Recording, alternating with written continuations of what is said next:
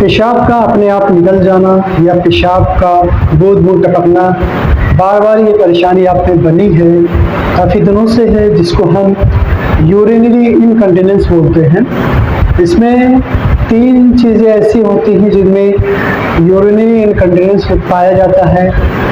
तो urinary incontinence होता क्या है? अगर किसी में ब्लैडर का कंट्रोल नहीं हो पाता है, वो पेशाब की थैली को वो कंट्रोल नहीं कर पाते हैं, पेशाब रोक नहीं पाते हैं, अगर उनमें पेशाब की हाजत होती है या पेशाब लगती है तो वो रोक नहीं पाते हैं, तो इसी को हम जो है यूरिनरी इनकंटिनेंस बोलते हैं। ये बहुत सारी बीमारियों की वजह से भी होती है और ये जो इसके जो टाइप्स हैं यूरिनरी इनकंटिनेंस के जो 3 तरह के मुख्य रूप से इसके जो टाइप्स हैं, इसमें स्ट्रेस इनकंटिनेंस होता है और अर्ज इनकंटिनेंस होता है और ओवरफ्लो इनकंटिनेंस। तो ये 3 तरह के मुख्य रूप से होते हैं। इसी में अगर खांसते वक्त या छींकते वक्त या बहुत ज़्यादा हंसने के बाद उनको जो है पेशाब निकल जाता है, उनमें पेशाब बूंद बूंद टपक जाता है, 2-4 बूंदें निकल जाती हैं छींकने के बाद या खांसने के बाद या बहुत ज़्यादा हंसने के बाद या एक्साइटमेंट जो होता है, जैसे इमोशनली एक्साइटमेंट की वजह से, या फिर आप कोई फिजिकल वर्क करते हैं या आप एक्सरसाइज करते हैं, उनमें आपका पेशाब निकल जाता है, 2-4 बूंदें निकल जाती हैं, तो आप परेशान हो जाते हैं, बहुत ज़्यादा घबरा जाते हैं कि ऐसा क्यों होता है मेरे में। या किसी में चलते वक्त अगर पेशाब निकल जाता है, एक्साइटमेंट की वजह से हो सकता है, उनमें गुस्से की वजह से हो जाए या ज़्यादा हंसने की वजह से हो जाए या इमोशनली कोई ऐसी बातें हो जिनको वो अपने दिल पे ज़्यादा ले लेते हैं, स्ट्रेस की वजह से पेशाब निकल जाना। या कोई पर्सन है अगर पेशाब करता है, बैठ के करता है या खड़े होके करता है, तो अगर करने के बाद वो थोड़ी दूर चलता है, 2-4 कदम चलने के बाद 2-4 बूंदें उसकी पेशाब पे टपक जाती हैं, तो उसको ऐसा लगता है कि ऐसा कोई बीमारी तो नहीं कि पेशाब करने के बाद ऐसा क्यों होता है कि 2-4 बूंदें बाद में निकल जाती हैं अपने आप। तो ये सारी बातें बहुत ज़्यादा परेशान करने वाली हैं। स्ट्रेस इनकंटिनेंस में क्या होता है, इसमें जो है मरीज में अगर खांसी आती है या वो छींकता है स्नीजिंग के दौरान या फिर बहुत ज़्यादा हंसने के दौरान या एक्सरसाइज करने के बाद पेशाब निकल जाता है, क्योंकि पेल्विक जो मसल्स होती हैं उसकी कमज़ोर होने की वजह से उनमें जो हमारी यूरेथ्रल इंस्ट्रक्टर होता है वो डैमेज हो जाती है। डैमेज होने की वजह से उनमें प्रेशर पड़ने की वजह से पेशाब अपने आप निकल जाता है। स्ट्रेस इनकंटिनेंस में मोटापा भी आता है। अगर किसी में ओबेसिटी है, मोटापा है, ओवरवेट है, तो हो सकता है उनमें स्ट्रेस इनकंटिनेंस हो। या किसी में न्यूरोलॉजिकल डिजीज है, न्यूरोलॉजिकल कंडीशन है जिसमें हम कह सकते हैं कि पार्किंसन डिजीज हो या मल्टीपल स्क्लेरोसिस हो, उनमें ये सब बीमारियां ज़्यादातर ओल्ड एज में होती हैं। तो उनमें ये प्रॉब्लम क्रिएट होने की वजह से स्ट्रेस इनकंटिनेंस हो जाता है। और जो दूसरा है, जो दूसरा टाइप्स है यूरिनरी इनकंटिनेंस का, इसमें अर्ज इनकंटिनेंस। अर्ज इनकंटिनेंस का मतलब ही है, अर्ज मतलब होता है कि बहुत जल्दी अगर आप पेशाब नहीं करेंगे, पेशाब अगर नहीं कर पाते हैं तो पेशाब निकल जाएगा। तो इसीलिए इसको अर्ज मतलब ज़रूरत, हाजत, जल्दी करने की ज़रूरत होती है। पेशाब अगर उनमें लगता है, पेशाब की इच्छा होती है तो तुरंत वो करना चाहते हैं, नहीं तो पेशाब निकल जाएगा।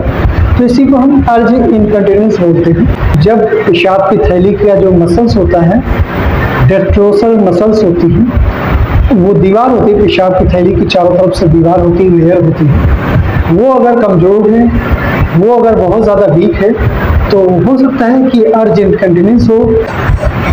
या उनमें यूटीआई है, यूरिनरी ट्रैक इन्फेक्शन से किडनी से लेकर यूरेटर तक, पेशाब की नली तक, या पेशाब की थैली से होते हुए लिंग की नली तक, यूरेथ्रा तक। तो अगर इन किसी में भी रास्ते में अगर बीमारी है या कोई इन्फेक्शन से या रुकावट है उसकी वजह से अर्ज इनकंटिन्यूंस भी हो सकता है। और हमारा जो तीसरा टाइप्स है, जो तीसरे मुख्य कारण हैं यूरिनरी इनकंटिन्यूंस के, वो है ओवरफ्लो इनकंटिन्यूंस।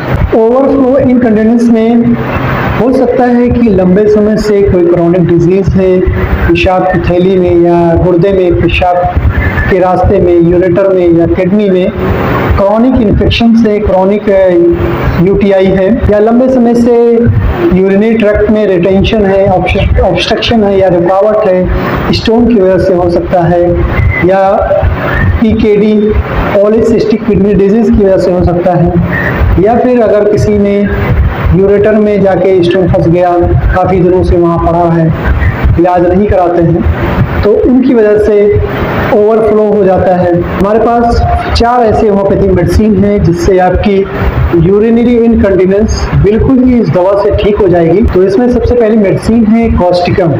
कॉस्टिकम बहुत इफेक्टिव मेडिसिन है अगर किसी पर्सन में स्ट्रेस इनकंटिनेंस है।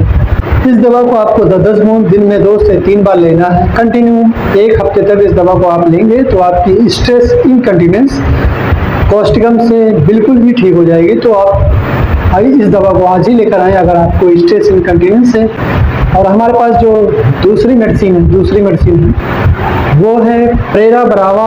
उन लोगों के लिए है अगर किसी में अर्ज इनकंटिनेंस है, पीएच है, प्रोस्टेट अगर बढ़ गया है, ओल्ड एज की पर्सन है अगर उनमें प्रोस्टेट बढ़ गया है, या यंग एज में ही अगर उनमें प्रोस्टेट का साइज बढ़ गया है, तो प्रोस्टेट का अगर साइज बढ़ जाने की वजह से, बीपीएच होने की वजह से अगर पेशाब अब निकल जाता है, ये अर्जेंट होता है पेशाब, उनको बार बार होता है, अर्ज इनकंटिनेंस में आप इसको दवा को ले सकते हैं। प्रेरा ब्रावा 200 पोटेंसी में 10-10 बूंद ज़बान पे लेना है। 1 हफ्ते तक इस दवा को कंटिन्यू रखें। हमारे पास जो तीसरी मेडिसिन है वो है कैंथरिस। कैंथरिस को वो पेशेंट ले सकते हैं जिनमें अर्ज इनकंटिनेंस हो, साथ ही साथ स्ट्रेस वाली भी इनकंटिनेंस हो, तो भी आप इस दवा को ले सकते हैं। लेकिन ज़्यादातर अर्ज इनकंटिनेंस में आप इसको ले सकते हैं। कैंथरिस आप 200 पोटेंसी में 10-10 बूंद ज़बान पे लें। कंटिन्यू 1 से 2 हफ्ते तक इस दवा को कंटिन्यू रखें। तो पेशाब की थैली के लिए और गुर्दे की तकलीफ के लिए कैंथरिस बहुत इफेक्टिव मेडिसिन है। तो आज इस दवा को लेकर आएँ, अपने घर पे रखें। हमारे पास जो चौथी मेडिसिन है सरसापारिल्ला। चौथी मेडिसिन सरसापारिल्ला है। ये 30 पोटेंसी में इस दवा को लेना है। आपको ज़बान पे 10-10 बूंद दिन में 2 से 3 बार 1 हफ्ते तक लेना है। अगर किसी में ओवरफ्लो इनकंटिनेंस है, मैं आज आपको यूरिनरी इनकंटिनेंस यानी पेशाब का अपने आप निकल जाना, पेशाब का बूंद टपकना, ऐसा क्यों होता है इसके बारे में हमने आपको डिटेल में बता दिया है और इसके टाइप्स भी बता दिए। इसके तो ये होम्योपैथिक मेडिसिन से दूर हो जाएगी, इस दवा से ठीक हो जाएगी बिल्कुल ही। तो आज इस दवा को घर पे लाएं। अगर किसी में अगर सिम्टम्स मैच करते हैं तो अपने सिम्टम्स के हिसाब से इस दवा को आप ले सकते हैं। लेकिन सबसे पहले लेने से पहले आप इस दवा को लेने से पहले डॉक्टर से सलाह ज़रूर लें। तो आज के लिए इतना ही, फिर मिलेंगे ऐसे ही कुछ वीडियो के साथ। तब तक के लिए अपना ख्याल रखें। Thanks for watching.